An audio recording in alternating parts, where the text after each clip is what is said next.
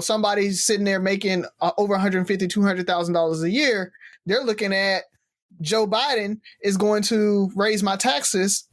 So all that other stuff goes out of the window. I just don't want my taxes raised. I'm still undecided because, again, like you said, for how much racism is too much racism. I can accept racism light if I get my taxes lowered. So diet racism is okay, but don't give me no full on racism.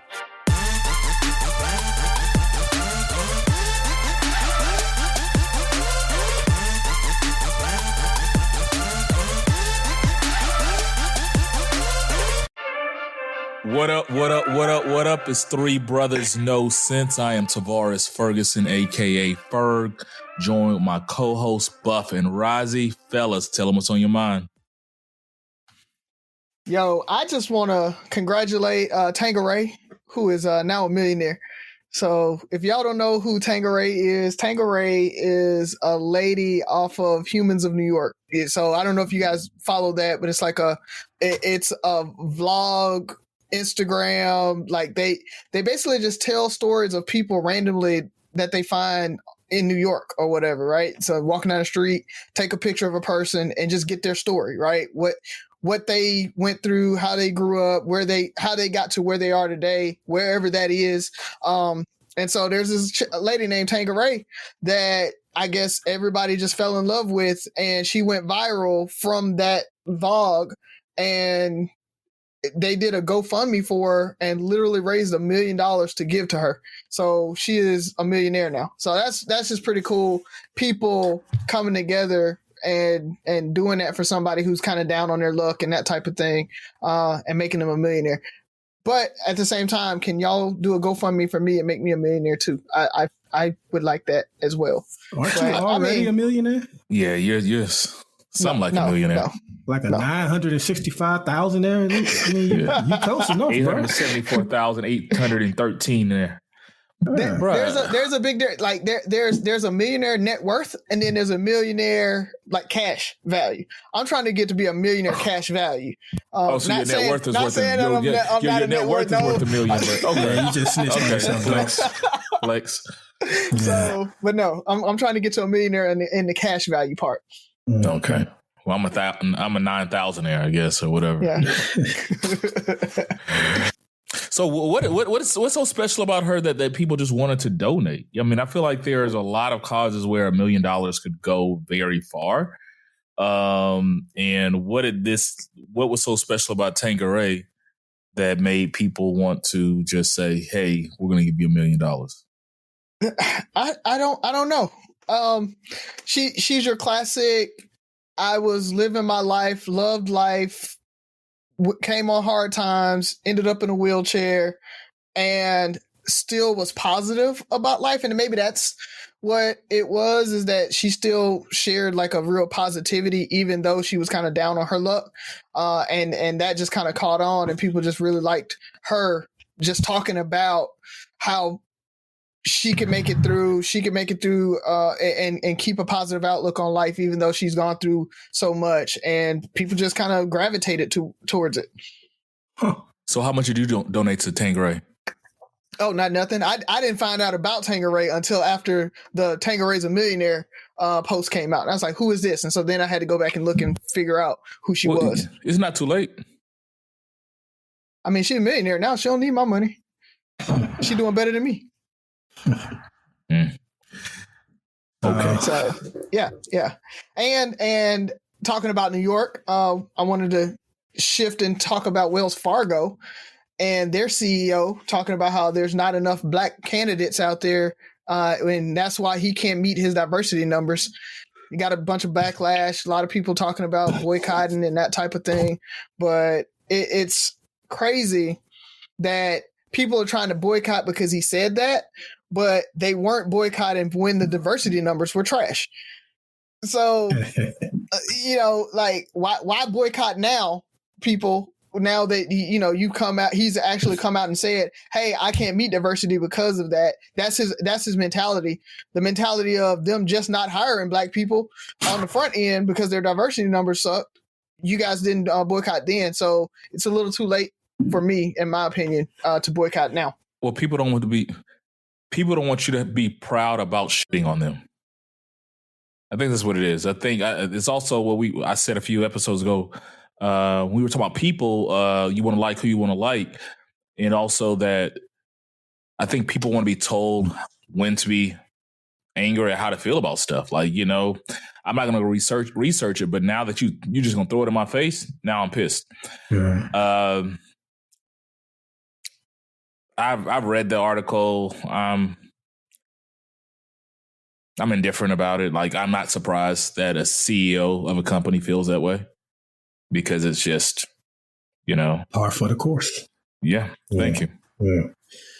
I'm gonna keep it political for a moment, since Razio kind of tiptoed towards that direction.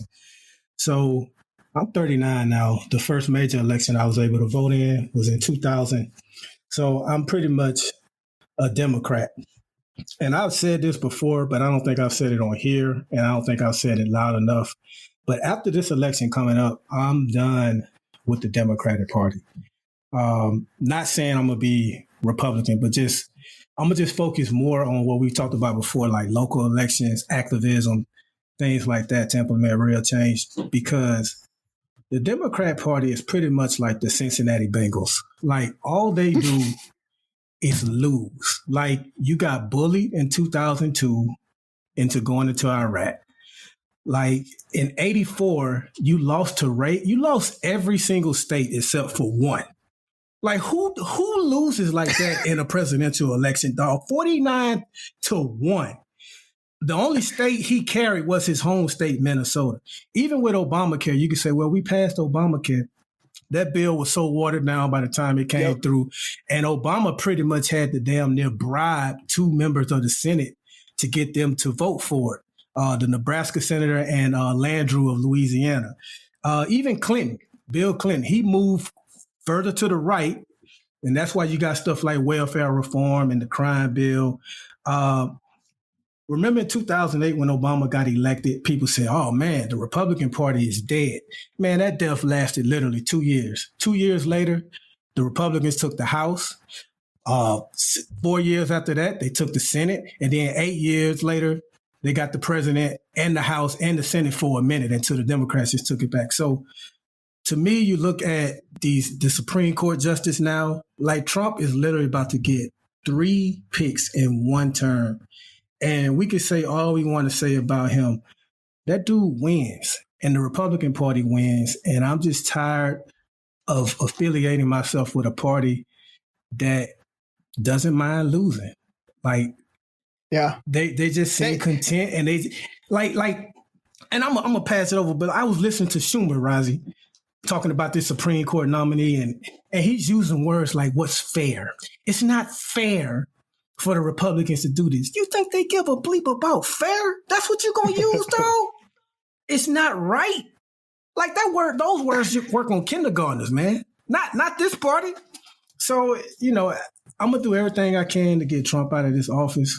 But win or lose, I'm done with that. I'm focusing on things that really affect our people. So we won't have CEOs saying that there's a small pool of us to recruit from.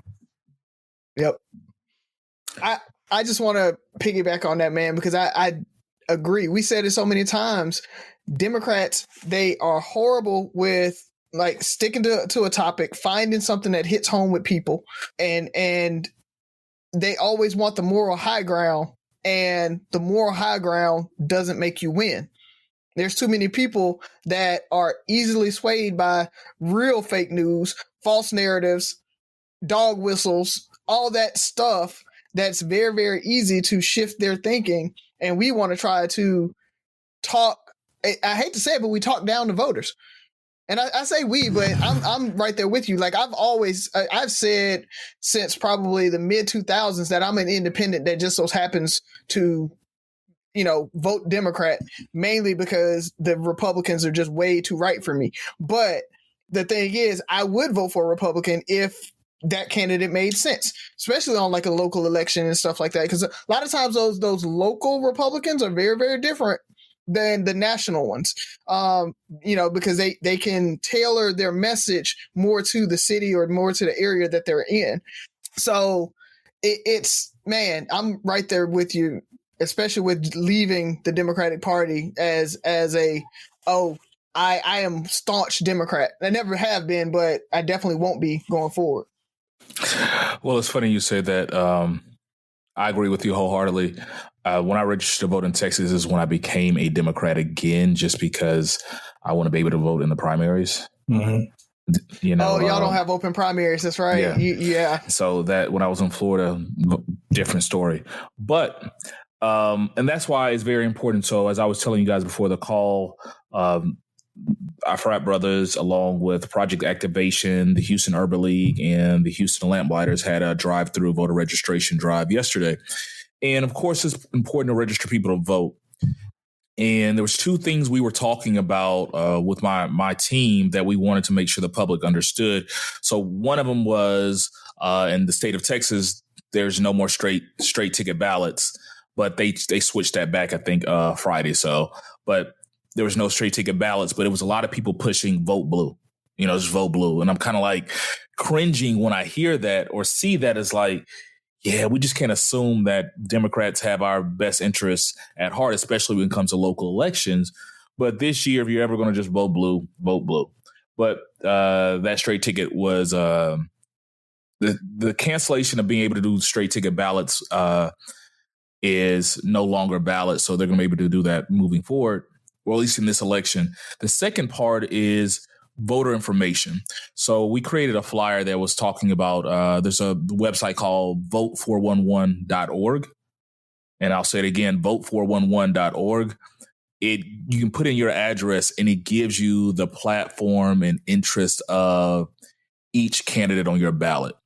And I say that wholeheartedly because we can't just afford to vote one party tickets. But at the same time, we need to know, like Byron was saying, the local elections, the things that are really going on.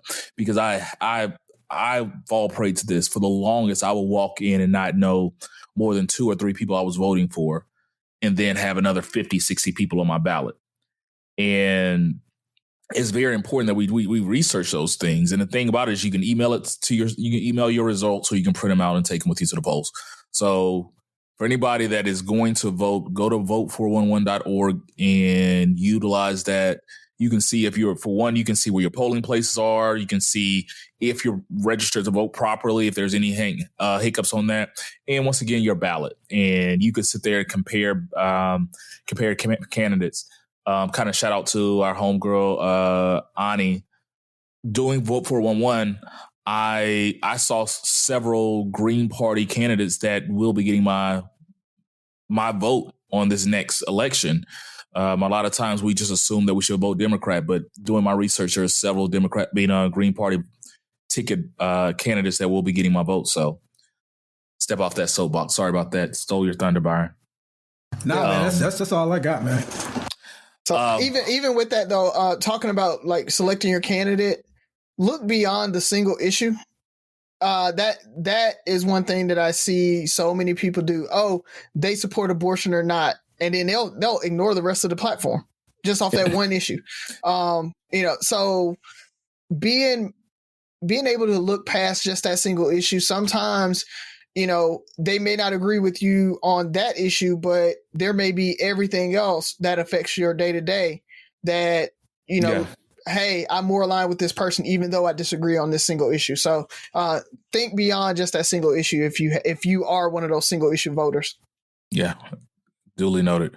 For me, my point is I am just disappointed at how much hate I got from our listeners I feel attacked over the last few weeks on my opinions. I'm just an honest young man trying to spread the little knowledge I have of the world with others. I don't think they like that term slave snacks. Like Angelita was bothered by that, bro. And I didn't know that many people like Chico sticks. Yeah, they're good, man. Yeah, no, they're not. They're not. But okay, no, they're not. It's just not. But you know what? I'm not gonna be turned off. I'm not gonna give in to the threats. You won't be bullied. I won't be bullied, into this. So I'm gonna continue my segment. Oh boy. I'm gonna continue my segment on the Great Divide, but I think you all can agree with me on this one. Okay. It's just it's not even. I think it's common decency when you go to the grocery store to put your basket back in the little basket thing.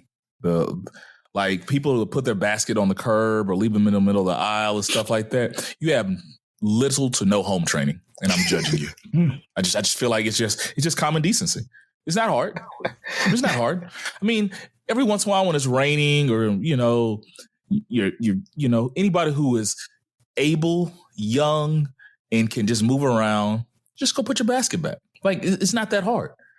I hate pulling up to a grocery store, having that perfect parking space, and you get ready to whip in. It's like, and it happens. Yeah. It happens every day. Go to your local grocery store, and you'll see a row full of baskets. Everybody did right, and then there's like 5 scattered randomly across the parking lot. You people need to reconsider that. I just think that's just common decency. Well, as a former Sam's Club worker that was responsible for gathering the carts in the parking lot, I wholeheartedly co-sign, and I think you're going to get very little pushback, except for probably lazy people. And I think they're going to be too shamed to even push back, so they won't even say anything. I have a feeling Razi's coming with it. Me wrong? Razi, come on. Here we go. That's what they pay him for. Come on, give it to me. I'm the deep state. I'm the deep state right now. No, actually, I agree with you on this one. I think those people are very uncouth and do lack home training because those are people that I feel like litter. Those are people that, they'll be eating like a Snickers and just drop the wrapper on the ground and keep walking. They absolutely litter. They absolutely do. Yes. So, yes. Yeah, yes. I think it's that same group of people that won't do it. You know what's actually funny? The grocery store is where you can learn a lot about people. Yep. The people that don't put their carts back up. And hey, you people who use the hand basket, you're not better than us. I feel like people that use a hand basket walk around like they're better than other people. See, you had to mess it up. I use the hand basket. I do use the hand basket. I don't think they think that at all. I think they do. I think they're looking out for the people that need the shopping carts. Like, I'm not going to waste an entire shopping cart if I'm just getting some bananas and a couple of tomatoes. Like, nope. They're being conservative. I feel like you think you're better than us. The hand cart, or it helps me not overbuy. I know I can only fit a certain amount of things in there. I'm actually going to get what I want or in what I came in for, and then I'm leaving. It's not a bad thing I feel like you guys think you're better than us. Yeah. No. But who does think and who does?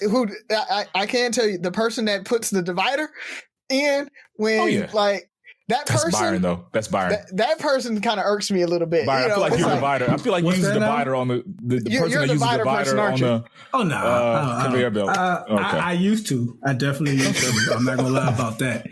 But I don't do it anymore. Yeah, that person. But listen, and the person, because I don't want them mistakenly ringing up stuff that's not mine. Okay, it's okay. It's okay if you're the person in the back that's like, okay, I want to divide my thing so you know where the other person stopped. But if you're the person that's checking out and in the front, you shouldn't reach over and put the divider behind you for the person behind you. That's when it becomes That's the same person that tries to use both armrests on a plane. Like you gotta. It's. Yeah. That's not yours. That's not your duty. The middle person gets both armrests. And also the people that actually think they're better than you in a grocery store is the people that bring their own grocery bags. They definitely look down on you guys. In case you didn't know that is, it's just a proven fact. I think I read it in a Time magazine or something. I didn't think that until the mask came. I started judging people when they don't have masks. So now I can understand how people who bring their bags look down and judge people who don't bring their bags. It's not right though, Razi. It's not right. I'm just saying. I don't bring my bag, so I get judged too. But I'm just saying I can understand. Those plastic bags are there for a reason, man. That is part of my home decor. Like I use that for a reason. You know, for those people that have their little nylon hemp or, hand woven shopping bags. Yeah, screw you. I said it.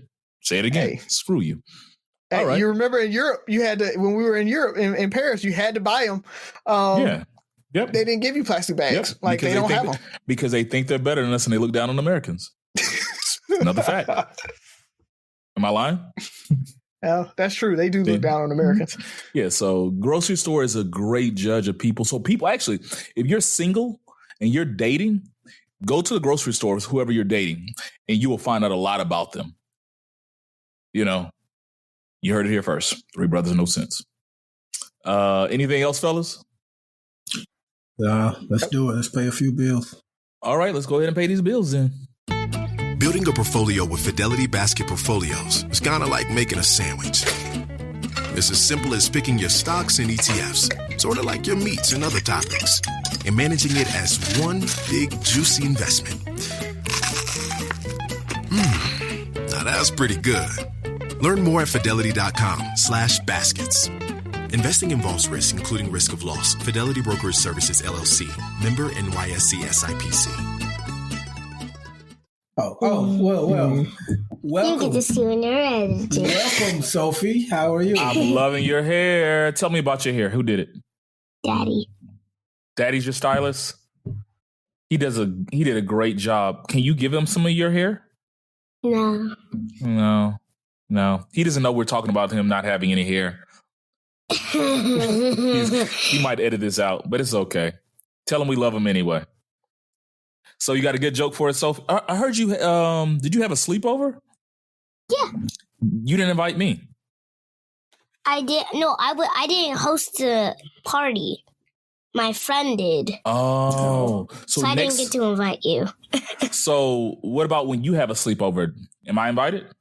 Yeah. Okay, I'm gonna hold you to that. If you're free. For free? Okay, if I'm free. All right, I got it. So you got a good joke for us today, Sophie? Yeah. Yeah. What do you have for me today, Sophie? I'm going to get this one. I'm feeling good. Where would a pencil go on vacation?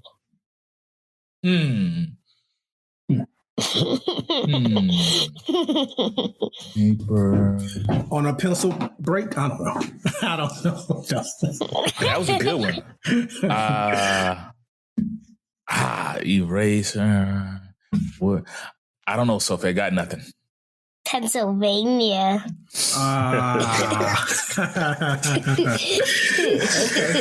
I can dig it. Poconos or something like that. I got it. Yeah. You're out here. You get to see what he's talking about when you're there. Tell Sophie thanks for squealing. Go ahead, girl. Oh, man. I love that little girl. Oh, yeah. She's hilarious, man. So she ended up not doing her work. I've been telling her all day, like I told you, I'm a horrible learning coach. Just throw it out there. They have almost all of their work to do from Friday and about half their work from Thursday still on the books. And it got to be done by 9:00 tonight. So I'm like, go do it. But she'll do like 10 minutes of it. And then she'll say she's taking a break until the next time I come and tell her to start doing it. So I literally have to like watch her do her work. So yeah, that's what I'm going to be doing after we finish recording is making her finish all her work. All right. Well, that's your fault. Can't blame Sophie. Yeah. She's pushing the envelope and that's what she's supposed to do. Keep doing you, boo-boo. Keep doing you. Yeah. That's another reason why I am sending them back to school. On October 19th. Don't send my babies back to school. I got her, man. I got her. I looked at the numbers. I looked at how the school's doing. They've done really, really well. They have had no COVID incidents at the school. And so everything that they've done, all the prevention measures they put in place and everything, I feel like it's as good as it's going to get, even when January, February timeframe comes, because we all know that there's not going to be a vaccine by November, like y'all president trying to say. So it's one of those things that at what point do you make that call to let them go back? And I think at this point, it's there's nothing else they're going to be able to do in the very, very far future, really, to change what's happening now. So I'm gonna let them go back, but I'm still worried, definitely. But I had to weigh that with the homeschooling and what I'm giving them is just not enough, bro. I mean, I'm not giving them the attention they need. We're not doing anything outside of the bare minimum to check the blocks for each like assignment. And I'm like, I got to do more than that. So, you know, that they're not doing any music, any STEM, any art, all the extra stuff that they get in school. They're not getting any of that being here with me. So, you know, I just got to do what's best for them long term. And just make sure that we're masking up. We're doing everything we can to you know, protect them. Okay, well, that's cool. I mean, it is what it is. I get it. I mean, it's tough. You know, Sky's in kindergarten, and this is one. So is Oddly, those formative years where getting those, getting that groundwork, that the basics are so important. You know, because I don't want it to be a year, 2 years since my kids were in a public education setting. So I've thought about it. I'm probably going to try to wait till the end of the year and see where that goes. But I think it might be the same thing. I mean, their classes are so small at this age too. So I think even if she went back to school, I think that it might be 15 people in her class, 15 to 20 people in her class. Yeah, they're small and they don't change. They don't change classes. So that's the other part that I looked at. You know, elementary school, they literally stay with their group, and that's the only group that they're going to see the entire time. Okay, well, that's cool, man. It's very self-aware of you. You know, that's. I think that's what we have to realize as we navigate this whole pandemic is self-awareness. But it actually kind of leads me into my question. So Byron mentioned earlier today that he was 39 and we're all 39 getting ready to turn 40 within the next year. And this is a time in my life, always around those monumental timeframes that I start self-reflecting. So for anybody that doesn't know, I will turn 40 in December. And so I was thinking, and you've probably seen this before, what would 39-year-old Risey or Buff tell, 18-year-old Risey or Buff, and vice versa? What would 18-year-old Buff tell 39-year-old Buff? So apply yourself. Because give me like two or three. Give me one that's just real strong. Well, I'm gonna elaborate on that. Especially in high school, in particular, I did just enough to get by. I didn't study extra. You know, I didn't. If there was like any chance to get extra credit, I didn't do it. I didn't really. I just did enough. I paid attention in class. I wasn't big on going home and like studying notes and all that kind of stuff, reading up on the chapter, reading ahead, things like that. I just wanted to learn enough to where I could pass the test and keep it moving. So I definitely wish I had applied myself more. And then to tie into that to a second one, I really feel like I should have went off to college. Like I applied for A&M, Alabama A&M, and I applied for South Alabama. And because I had comfort, you know, in Mobile, in my surroundings, and I wasn't ready to leave, I stayed, dicked around at South and wound up not even passing like I should have. I wasn't even going to class at one point, man. So I should have taken college more seriously, and I should have left for college. I'd like to think I could have become something better, or, you know, I don't know, like a different career or whatever like that. So those are my big two, and I'm going to throw a funny one in there. try my hand at boxing. Like, it's a sport I love so much. I know Tabitha's glad I didn't, but especially like last year, I think it was like 4 fighters that lost their life in the ring last year in 2019. But not so much that I feel like I could have been a Floyd Mayweather or something, but just I like the discipline of boxers. I like the workout regimen when they're in training, the whole diet and nutrition thing. I think I could have built up some really good habits to where I'm not constantly struggling with my weight and size and trying to be consistent with working out. I think I could have built up some good habits. So those three, and they all kind of tie into discipline if you really look at it. So those are the 3 things I would tell myself. Same question to you, Razi. So for me, I think the biggest one would be take the internship. So a lot of folks know I got offered a bunch of internships after college, and one of them, is the Citibank internship, and it's real big, but it's unpaid. You got to kind of foot your bill and figure out how you're going to pay everything while you're doing the internship. The Pursuit of Happiness internship, the one that everybody kind of wants to get in, and if you're with them and you make it through that program, then you're basically going to be a broker in New York in some firm after that, even if you don't get picked up by them. So take that internship. Doesn't matter if you don't have the money, you don't have you got to figure out how to, pay child support, how to support the family, how to make sure that you can live for that time period. Just take the internship, figure it out.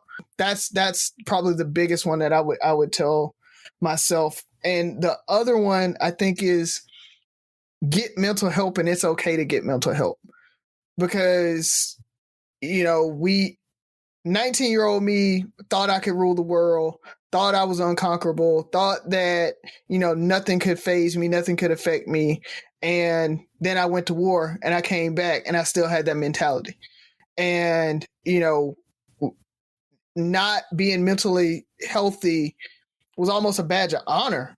Really, we talk about how, we were scarred, and talking about those scars actually gives you a little clout in the hood sometimes, or with your boys. And so just telling myself, go get help.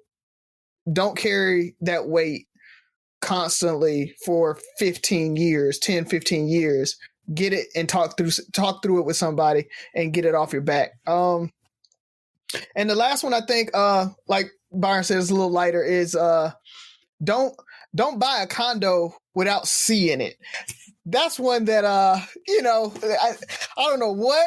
I thought I could make no bad moves and I could make all good decisions. And I bought a condo without seeing it. And while it's been an okay investment, it probably was one of the worst investments I've made in my lifetime.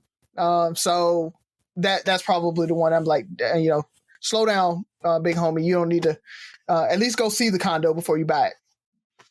Those are all dope. I probably would have rejected that Discover credit card I got in the mail when I turned 18 too. So that's what 39-year-old Razi would have told 18-year-old Razi. So if you were looking at yourself today, you had a time machine, you came the day after graduation, and you were able to sit with yourself right now. And I guess the way I look at it is, what would you say to yourself? Like, how would you view your life? And like, good job, dude. Or what would you say? Yeah, definitely.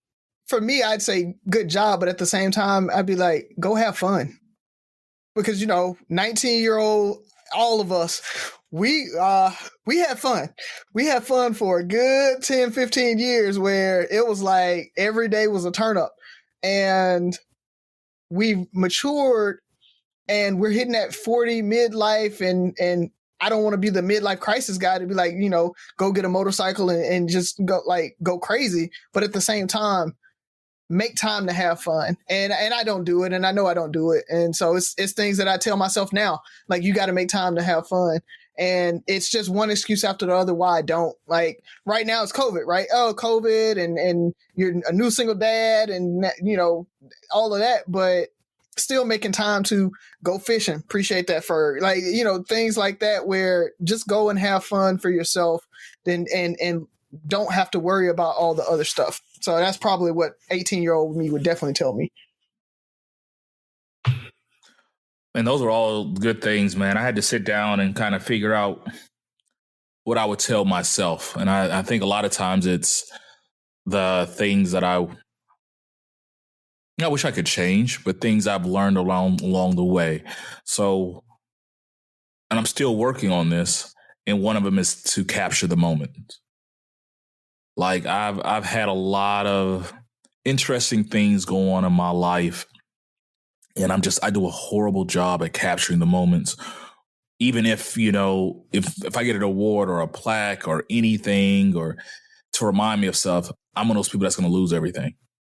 I'll put it in a warehouse somewhere. I'll put it in a closet somewhere, and I don't have the show for them. Like I don't know. I'm not the person that takes a lot of pictures and all that stuff. You know, sometimes those people, you know, at one point those people just annoy me. Like, man, we got to stop what we're doing to take a picture. But then you look back 10, 15 years from now, those memories are great. The people that, you know, growing up, the person that always had the video camera, you know, I don't have those. You know, I look back at, you know, my childhood. I only have so many pictures of myself as a kid. I only have so many pictures or mementos of my life. You know, there's things I would like to pass along to my kids. Like, Arazi, do you still have the picture of your picture from basic training somewhere? I have a picture of the picture, but I don't have the actual picture. Yeah, like I don't have that. I don't have those. Like one of my greatest regrets is those pictures we took in Afghanistan that I had on that computer. Somebody stole that computer and I lost all of my pictures from Afghanistan. Mm-hmm. That still hurts to this day. And that was probably 15 years ago that I lost that. So just capture the moment. You know, I have kids, and when people are like, let me see pictures of your kids. And I'm like, okay, I'm trying to scroll through. I'm like, all right. What does he send me? Because I just don't capture those moments for myself or others. And I like being in the moment. And I think that's what it is. I'm too busy being in the moment and not capturing those moments as well, especially even and I think I take it back to, you know, something you said at the funeral, you know, like taking those pictures. Jen would always stop and make you take those pictures. And I love seeing those. Like, I think today it holds true. You have so many memories that I feel like at least once or twice a week, you're posting memories, you know, of that. And it makes me think like, I want my kids to always have those memories. I want people around me to always I want to have those memories for myself, because tomorrow's not promised. The second will be to open up emotionally.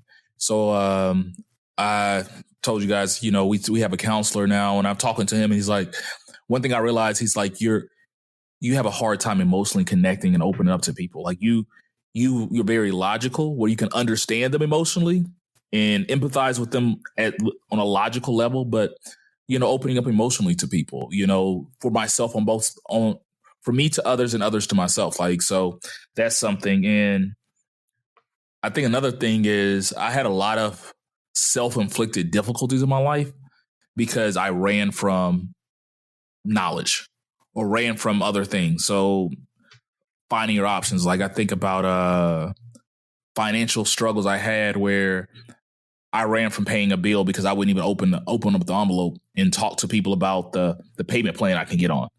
And then I look up and now it's in collections and my credit score horrible. Risey was trying to get me to buy real estate 15 years ago. You know, it took me another 10 years to buy my first house. You know, not understanding, not finding those things out, really taking the time and not being scared to go find out the real details of life. So, or my options, you know, like a lot of times things aren't as bad as we think they are. We're not the only people going through this. And it's usually a lot easier to rectify stuff before we let it get too bad. And I was that person that always let it get too bad, you know? So those are things I would tell 18-year-old Ferg, but I think 18-year-old Ferg would tell me, you're doing great. You know, and I realized something about myself. I'm not somebody that tries to be perfect, but I always try to make the best decisions. And so I'll I have analysis paralysis because I'm always overthinking things. Not because I want to be perfect, because I understand there's no perfection, but it's like, okay, do I buy this car? Do I, buy this house? Do I take this job? I'm going to think everything through. And so far, it's gotten me pretty far in life, but it's like, hey, man, you're doing great. Don't put additional pressure on yourself. Don't try to have everything perfect. Like we went to Lowe's today and there's some things I want to do to the house. But I'm like, man, I just created this budget, but I've done a lot of things and I'm not going to go out and spend a bunch of money, but like, maybe you'll open up a Lowe's card and you just pay it off interest free over the next few months or, next few years because, you deserve to live and you deserve to have the nice things that you want in life, but you're doing great. Keep up, keep it up and don't overthink it or worry about failing. Take risk. I think I always play it safe. I'm always playing it safe, especially the further I get in life, when I accomplish things and I know what being broke feels like and being unsure of what your future holds, which all of us are, but it's like, okay, I've gotten this far. I can't mess it up. So, not taking risks. I feel like I'm behind the ball. I definitely did and open up my investment portfolio. I need rental properties. I need all these things, but I've been always too cautious to take those things because I'm always thinking of the big what if. And I think the last thing would be maybe on an emotional level to be the me I want to be. So I always have an idea how I want to be, like with Z and the kids and other things. And I'm like, okay, I'm going to wake up and we're going to go to the park and yada, yada, yada. But then something else comes up and I just like, okay, I'm not going to do it. Things that are unnatural to me, but I know I want to be better at, I don't push myself to do those things as much as I do other things. So be the me I want to be. Like I want to be a better husband, want to be a better father, want to be more free, do more like Razi, like you saying, you take the kids to the park or Legoland and stuff like that. I want to be that person, but Legoland doesn't interest me. So I'm not in my mind. I want to go, but it's like, do I really want to go on tickets or how much? Yeah, I can't justify spending $200 on Legoland. But in my mind, I want to be that fun dad that takes his kid to Legoland. So push myself to be that me I want to be and not think about the other things. So that was a lot, but especially when you're balling like you are. Not balling. You can afford them 200 tickets. I'm on a budget, dude. I created my budget last week and realized dude, I spend so much random frivolous money on food. It's food and shopping. Like my set bills, I'm good on. Like I've managed those. I've gotten those down. It's like, okay, we got a little free money. We'll go to the grocery store and I'm like, oh, I want to make seafood mac and cheese. And next thing I know, I made a $50, $60 batch of mac and cheese. Yep. That doesn't help on a food budget. Yeah, that's true. Not balling. I'll tell you how Jenica used to do that because we had a very hard line on food budget.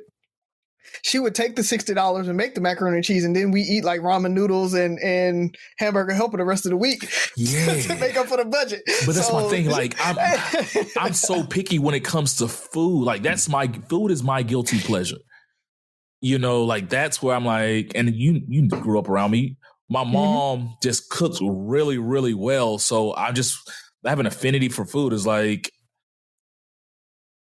I can't eat at everybody's house. It's just like, okay, I'll bring something over. But I don't know, man. I can't eat ramen noodles.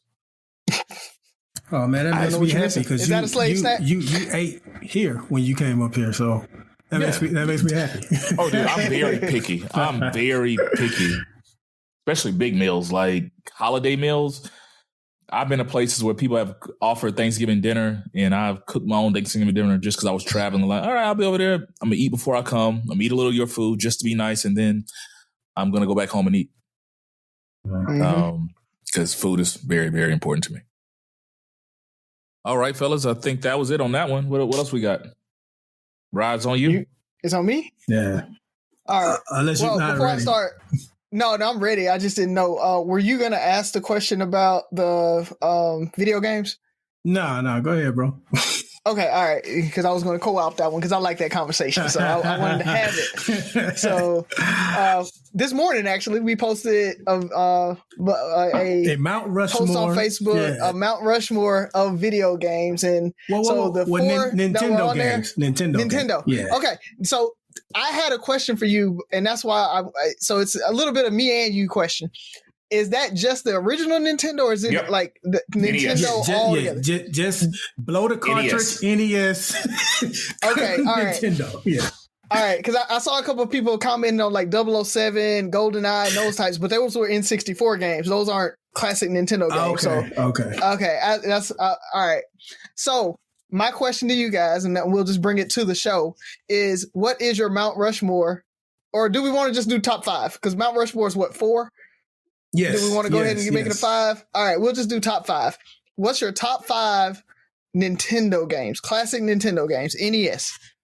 So since I made the post, those 4, I'm going to, and for those that hadn't seen the post, I posted Contra, Mike Tyson's Punch-Out, and what else I posted? Tecmo Bowl. Double Dragon and Tecmo Bowl.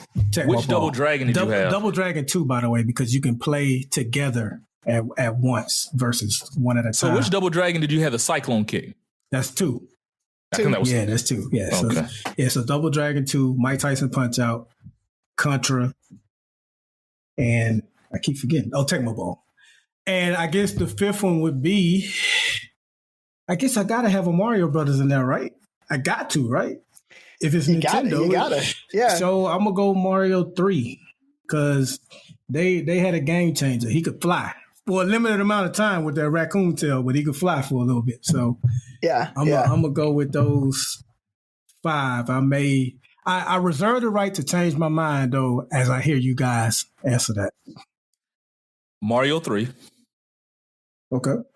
Contra. No particular order. Oldie but goodie people forget about. Battletoads. You lost me. You don't know Battletoads? No, I'm just saying, not Mount Rushmore. Was Battletoads on NES? Yeah. I thought that was on like Sega. Okay, all right. We'll give it to you. Okay. Yeah, you threw me off. Battletoads, Mario. I know one you should be naming because you brought it up before. The last time we talked about video games. It's a Double Dribble? Yeah. I just like the graphics. Okay. I wasn't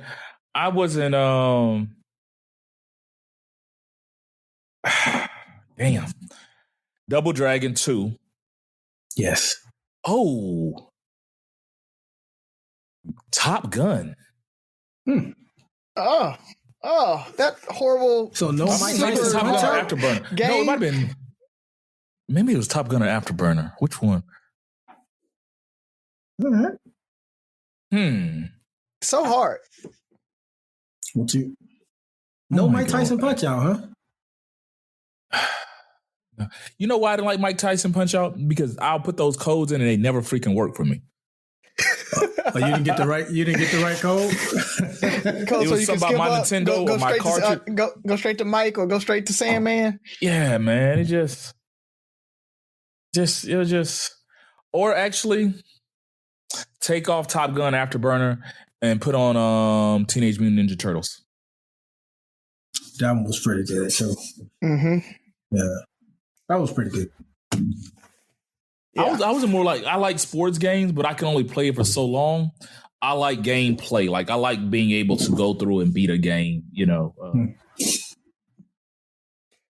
So this was hard because there's a difference for like a Rushmore to me and a top 5. And that's why I wanted to make sure where we were going. Rushmore for me means that they changed the genre. They pushed it forward somehow. They made a huge difference. Top 5 is just, that's what I like to play. And so I went with top 5, definitely Mario. I'm going to go with the original Mario though, because it got me in the game and it was like huge.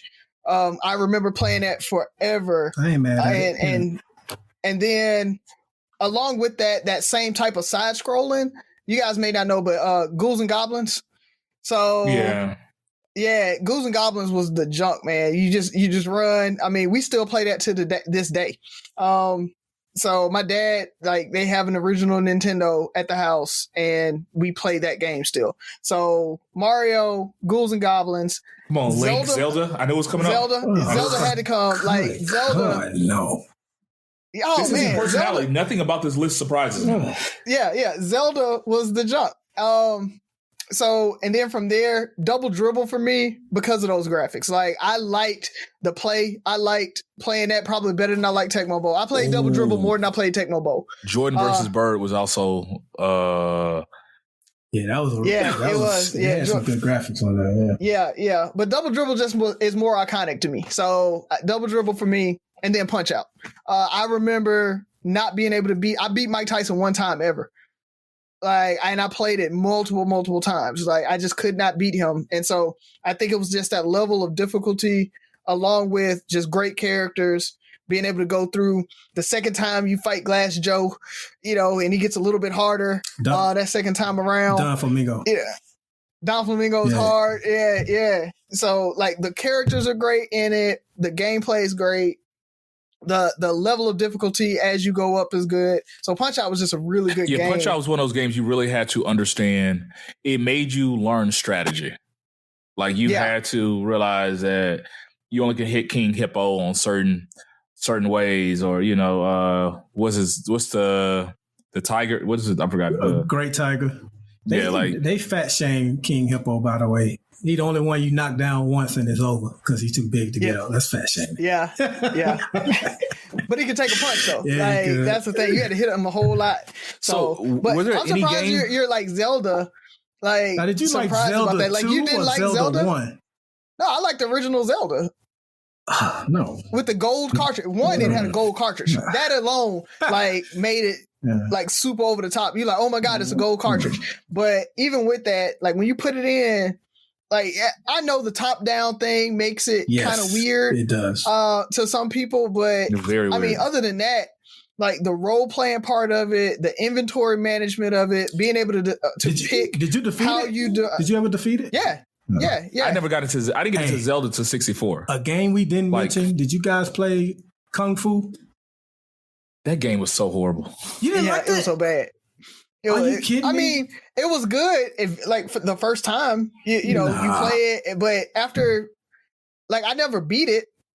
Are you talking about the Kung Fu where you, like, were the two guys and actually, like, fighting each other? No, you were going through that board and you can kick, you can, like, do a slide, like, it was it was just, it's been so long like 3-4 motions. I don't even remember too much of it. I haven't thought about the game since. What is a game you've never seen anybody beat though? Shit, Zelda. I'm at the YouTube the ending of that. Oh, I had the YouTube the ending of Ninja Gaiden. That game. I was gonna say that, but I feel like that was Sega. And that almost belongs in my top 5, to be honest. Especially Ninja Gaiden was cool as hell. Yeah, but I thought it was Sega. That's why I was thinking at first. I don't think I've ever seen anybody beat RC Pro-Am. That's a good one too. You named some good games. I think I beat it, but don't give me the lying. Or Excite Bike. Because I don't think, can you beat Excite Bike? Oh, does it just keep going? I think it just keeps going. I think it just keeps going. Paperboy. Love Paperboy. Love Paperboy. Yeah. I had it on the Genesis though, so that's why I didn't think it through like that it was on Nintendo. I might buy Paperboy, but I didn't brought it up. Yeah. By the way, I know we're talking about Nintendo, but I just bought Street Fighter 2 and I'm brushing up on my skills, so anybody that want that work can get it. Okay, I'll take you on it. Yeah. Can you fight Street Fighter 2? I'm thinking of Double Dragon. Yeah, Ollie was on it. We went down there for Father's Day, and playing the Super Nintendo with my family, and he whooped my dad up so bad. I had a Dave Chappelle moment. Remember that skit where he beat the kid in a video game that was in the hospital? Like he didn't take it easy on him. Man, Tabitha brought one of her little cousins or somebody over there, real young dude. He's like, "Oh, I know how to play Street Fighter 2." I said, "Oh, word." Grab them sticks. I beat that ass. Like, Byron, like a little win. Nope. Catch this dragon punch, son.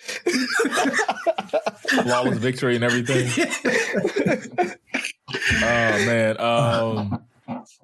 But wait. Oh, what I was gonna say is last night Street Fighter the movie came out. That came on one of the worst movies definitely ever. I didn't even give it a chance. I still watched it until I fell asleep. I didn't even give it a Super chance. Mario Brothers. Don't forget about that one. Oh, that was the worst. But it was like it was so bad.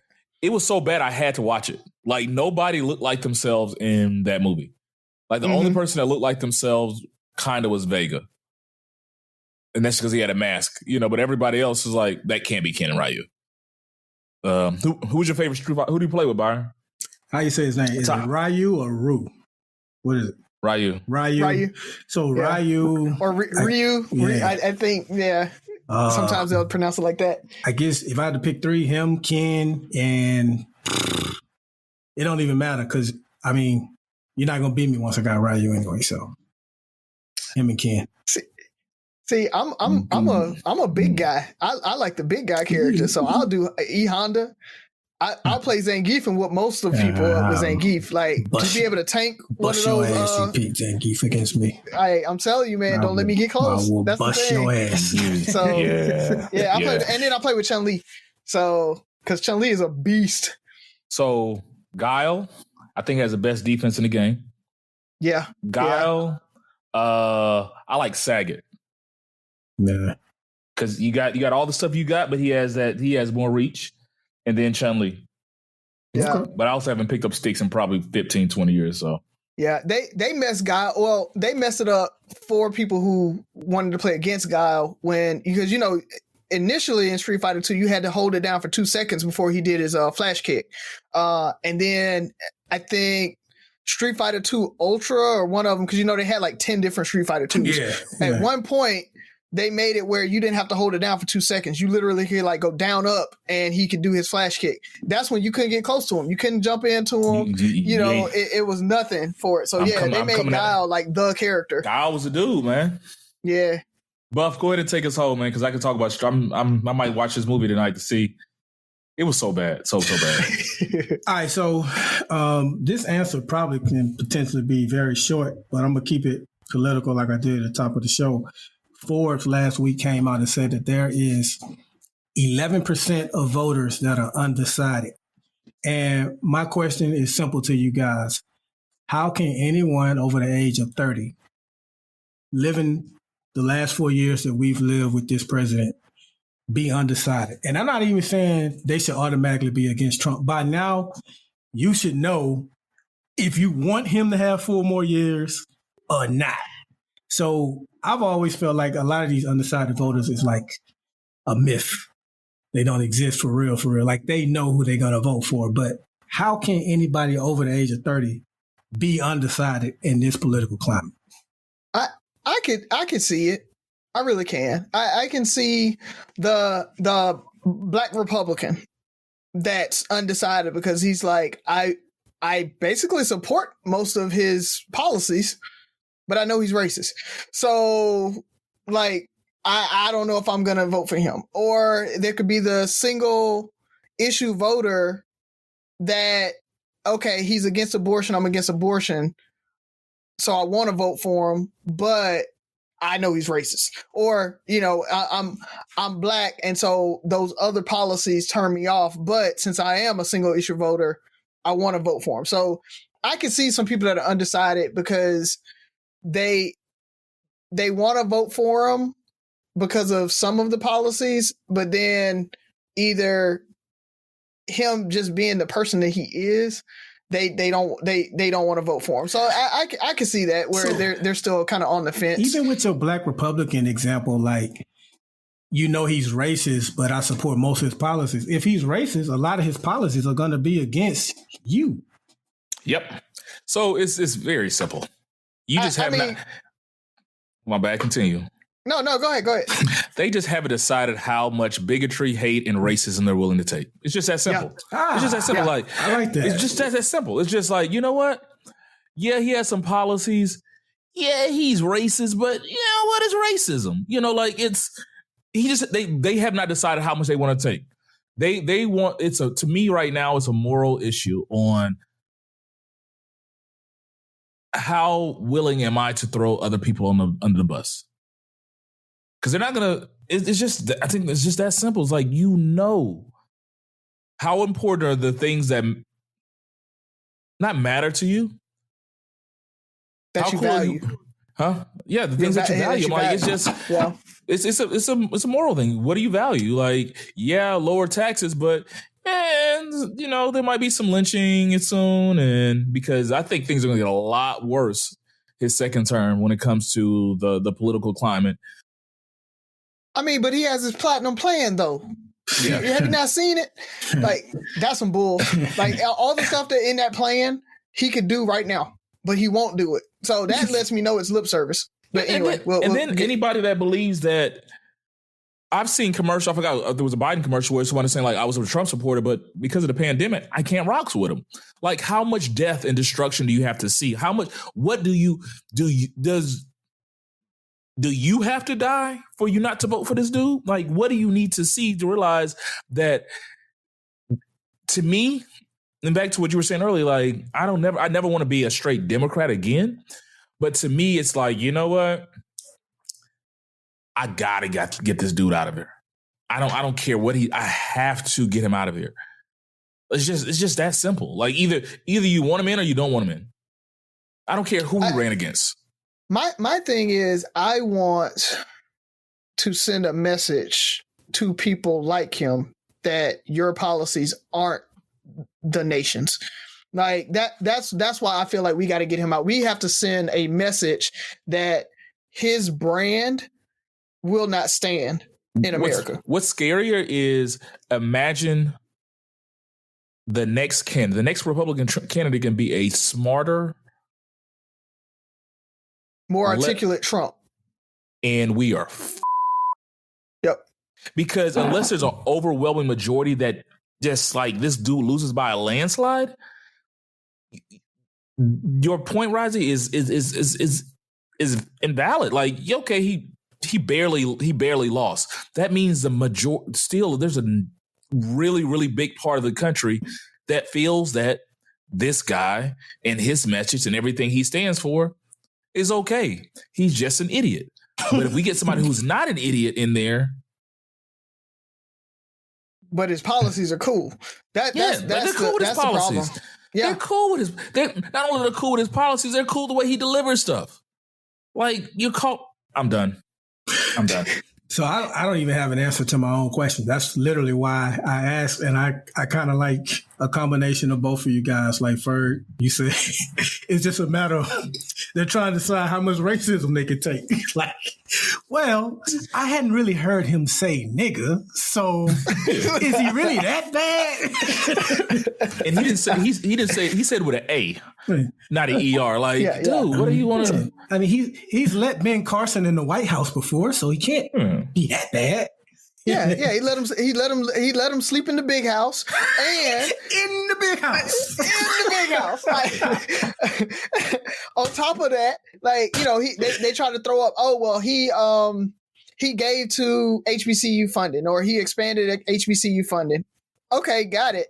But along with that, he emboldened racists. He emboldened people to come out and try to kill us. I mean, like, let's be honest about that. Like, so it's one of those things that I make, not me personally, but, somebody's sitting there making over $150,000, $200,000 a year. They're looking at Joe Biden is going to raise my taxes. So all that other stuff goes out of the window. I just don't want my taxes raised. So I'm undecided because, I can accept those racists. Like you say, I can accept that racist part.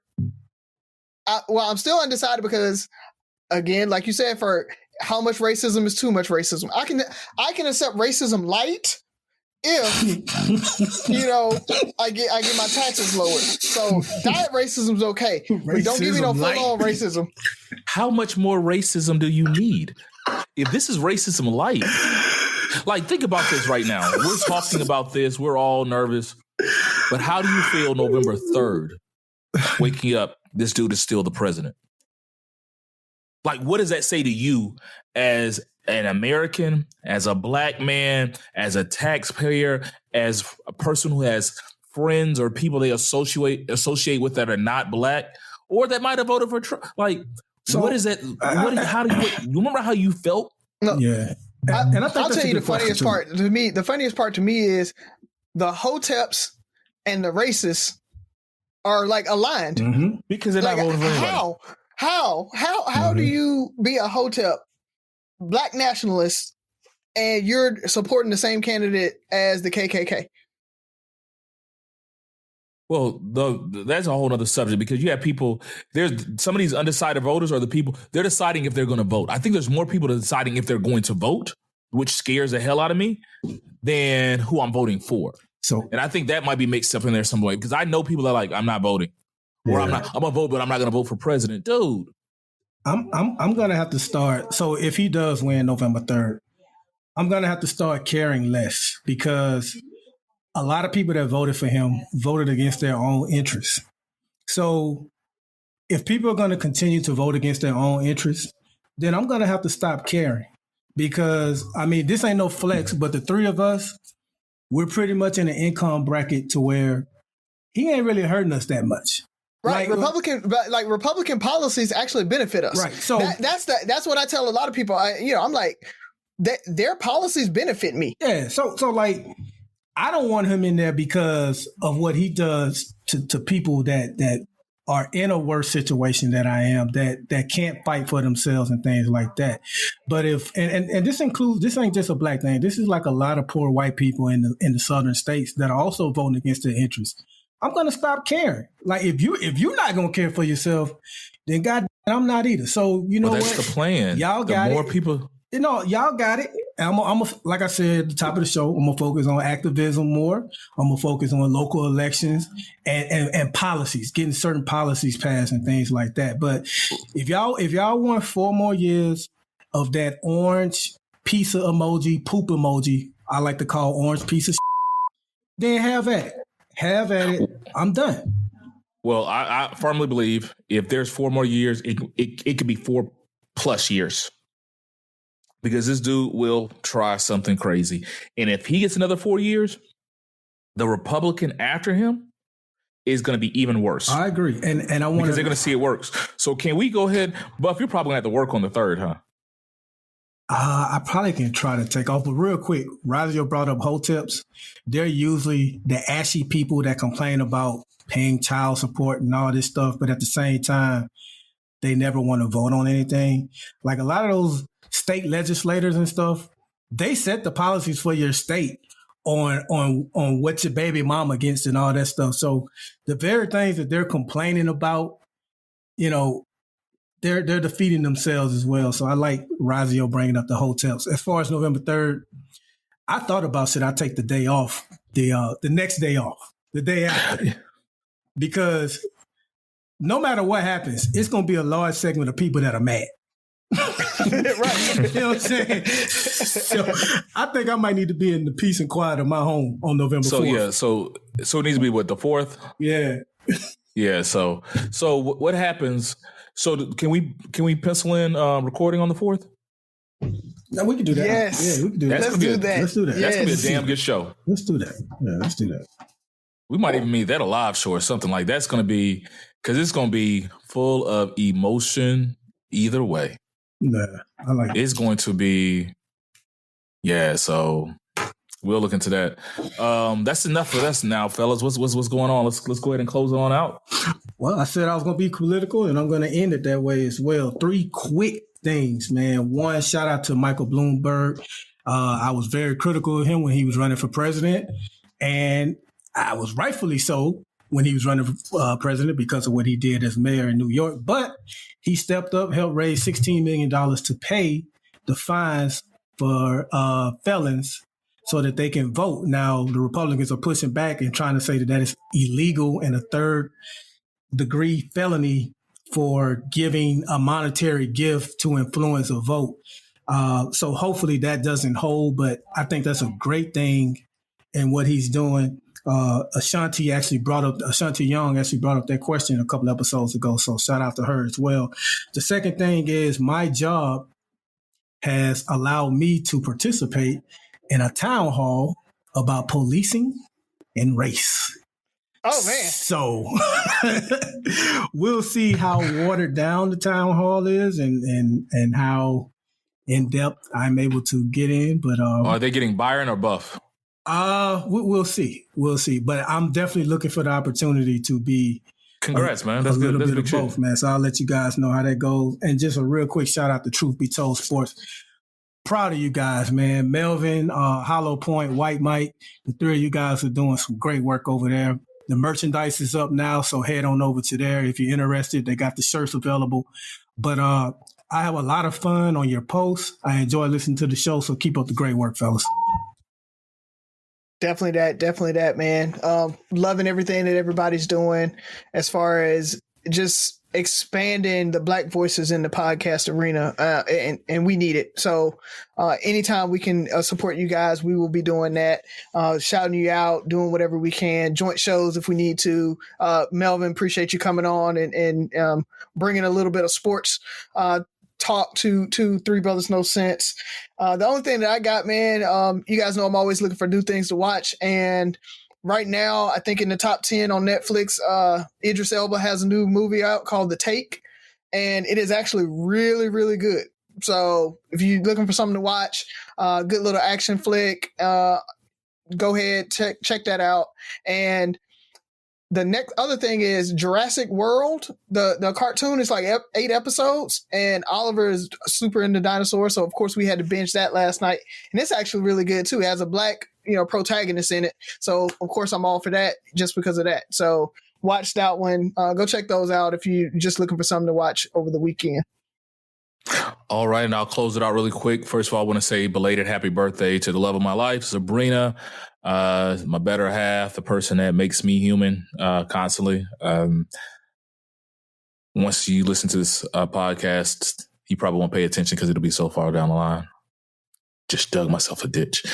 Happy birthday, babe.